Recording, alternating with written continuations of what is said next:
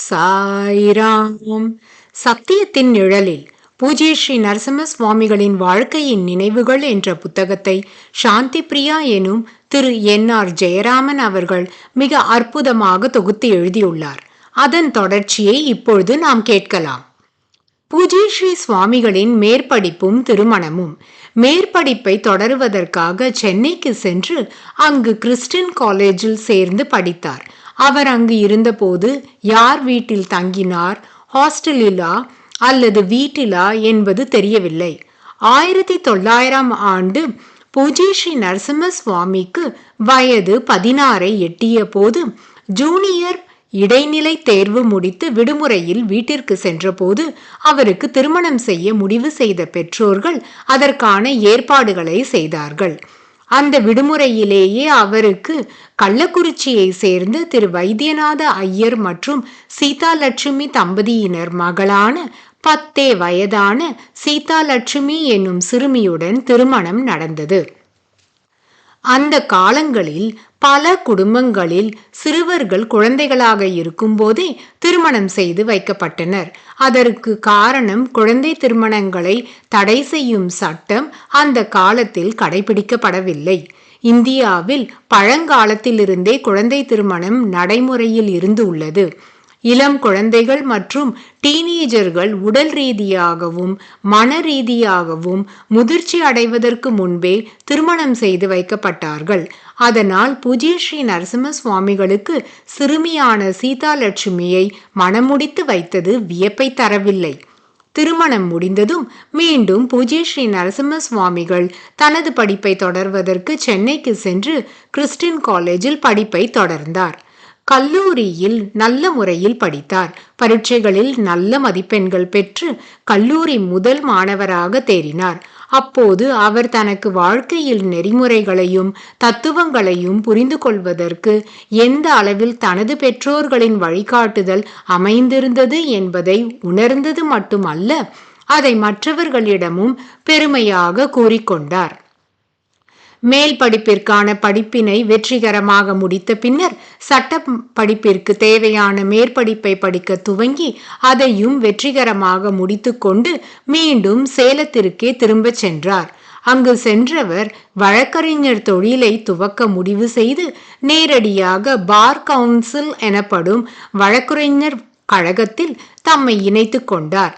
Bar Council of India BCI என்பது இந்தியாவில் சட்ட நடைமுறை மற்றும் சட்ட கல்வியை ஒழுங்குபடுத்தும் வழக்கறிஞர்கள் சட்டம் 1961 இன் பிரிவு 4 கீழ் நிறுவப்பட்ட ஒரு சட்டப்பூர்வ அமைப்பாகும். அதில் உள்ளவர்கள் வழக்கறிஞர்களாக வழக்கு மன்றங்களில் வாதாட முடியும். வழக்கறிஞர் வாழ்க்கை. பூஜ்ய ஸ்ரீ நரசிம்ம சுவாமிகளுக்கு வாதிடும் திறமை, வாத பிரதிவாதங்களில் நுணுக்கமான அணுகுமுறை போன்றவை இயற்கையிலேயே அமைந்திருந்தது. அதோடு சேர்ந்து பட்டப்படிப்பும் அவருடைய திறமைக்கு மெருகூட்டின. அதனால் அவருடைய பெயர் பரவலாக புகழ் பெற துவங்க அவர் பார் கவுன்சிலின் முக்கியமான உறுப்பினராக தேர்ந்தெடுக்கப்பட்டார். அதன் பின் வெகு விரைவில் அவர் பார் கவுன்சிலின் தலைவரானார். அவருக்கு பெரிய அளவிலான கட்சிக்காரர்கள், ராஜா மகாராஜா போன்றவர்கள் வாடிக்கையாளர்கள், அதாவது கிளைண்ட் ஆயினர்.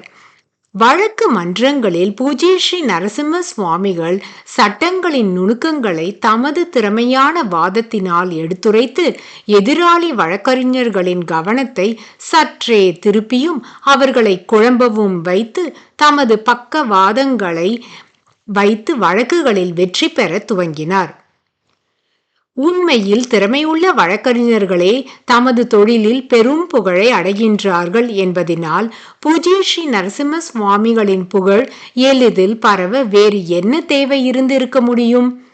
முன்காலங்களில் சமூகத்தில் அந்தஸ்து பெற்று பிரபலமாக இருந்த பெரிய மனிதர்கள் சின்ன சின்ன தகராறை எல்லாம் இருதரப்பு வழக்கறிஞர்களையும் கூட்டி வைத்து நியாயங்களை எடுத்துரைத்து இரு தரப்பினரையும் சமாதானம் செய்து வைத்து வழக்கு மன்றங்களை தாண்டிய நிலையில் நீதி கிடைக்க வைத்து விடுவார்கள்.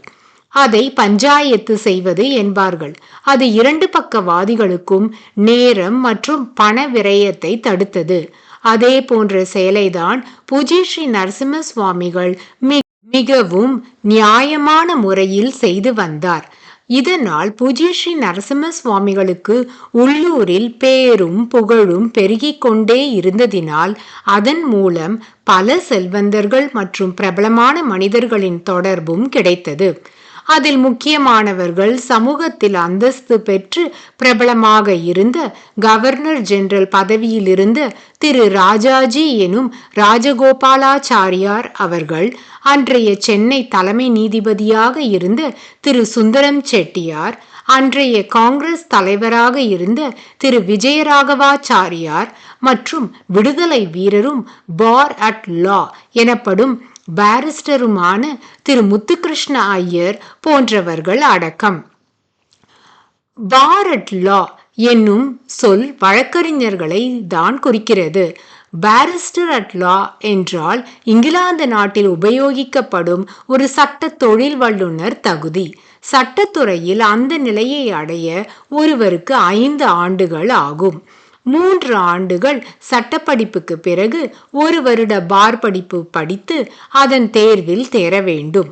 பின்னர் 1 ஆண்டுக்கு அப்ரெண்டிஸ் போல பாரில் பயிற்சி பெற வேண்டும். அது அந்த படிப்பின் கடைசி தேவையாகும்.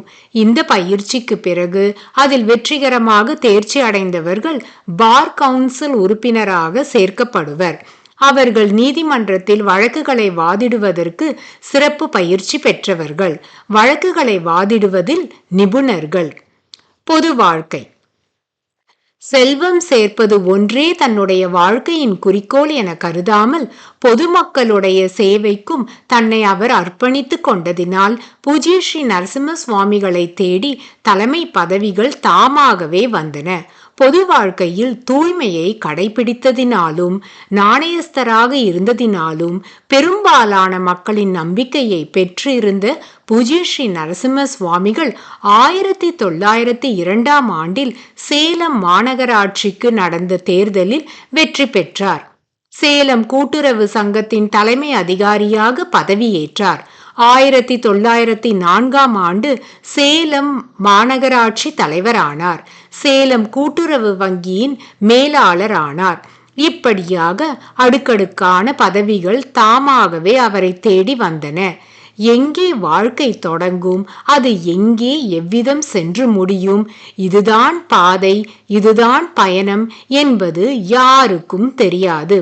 பாதையெல்லாம் மாறி மாறி வரும் என்கின்ற கூற்றுகள் அனைத்தும் உண்மை போல உள்ளம் முழுவதும் ஒரு ஆன்மீகவாதியான பூஜ்ய ஸ்ரீ நரசிம்ம சுவாமிகள் அரசியலில் புகுந்து கொள்ள வேண்டிய கட்டாயம் ஏற்பட்டது என்பது விசித்திரமில்லைதான். கடவுள் தனது ஆலயத்தை அன்பினால் கட்டப்படுவதற்காக காத்திருக்கும் பொழுது மனிதர்கள் கற்களை கொண்டு கட்ட வருகிறார்கள் என்பார்கள். அதை போல ஆன்மீகவாதியாக இருக்க வேண்டிய பூஜ்ய ஸ்ரீ நரசிம்ம சுவாமிகளோ திசை மாறி அரசியலில் செல்ல வேண்டிய கட்டாயம் ஏற்பட்டுவிட்டது. அதுதான் விதி என்பது. ஆனாலும் பூஜ்ய ஸ்ரீ நரசிம்ம சுவாமிகள் எந்த அளவிற்கு தொழிலில் ஈடுபாடுடன் இருந்தாரோ அதிலேயே மூழ்கி செல்வத்தை வளர்த்து கொள்ள விரும்பாமல் தமது மனநிலையை சற்றே மாற்றி வைத்து கொள்ள விரும்பி சற்று நேரத்தை விளையாட்டிற்காகவும் ஒதுக்கினார். அவர் அனுதினமும் மாலை வேளையில் சற்று நேரம் டென்னிஸ் மற்றும் பில்லியர்டு விளையாட்டுகளில் தன்னை ஈடுபடுத்தி கொண்டார். அதிலும் கூட அளவிற்கு அதிக நேரத்தை ஒதுக்கி கொள்ளாமல் மாலை மங்கியதும் உடனே விளையாடுவதை நிறுத்திவிட்டு வீட்டிற்கு சென்று விடுவார். சற்று நேரம் பூஜை மற்றும் தியானங்களில் ஈடுபடுவார். அதனால்தான் அவரால் ஒரே நேரத்தில் தொழில், விளையாட்டு மற்றும் தெய்வ பக்தி போன்ற 3லும் தம்மை ஈடுபடுத்தி கொள்ள முடிந்தது. இதன் தொடர்ச்சி நாம் அடுத்த பகுதியில் காணலாம். ஓம் சாய்ராம். பூஜ்ய ஸ்ரீ நரசிம்ம சுவாமி ஜி கி ஜெய்.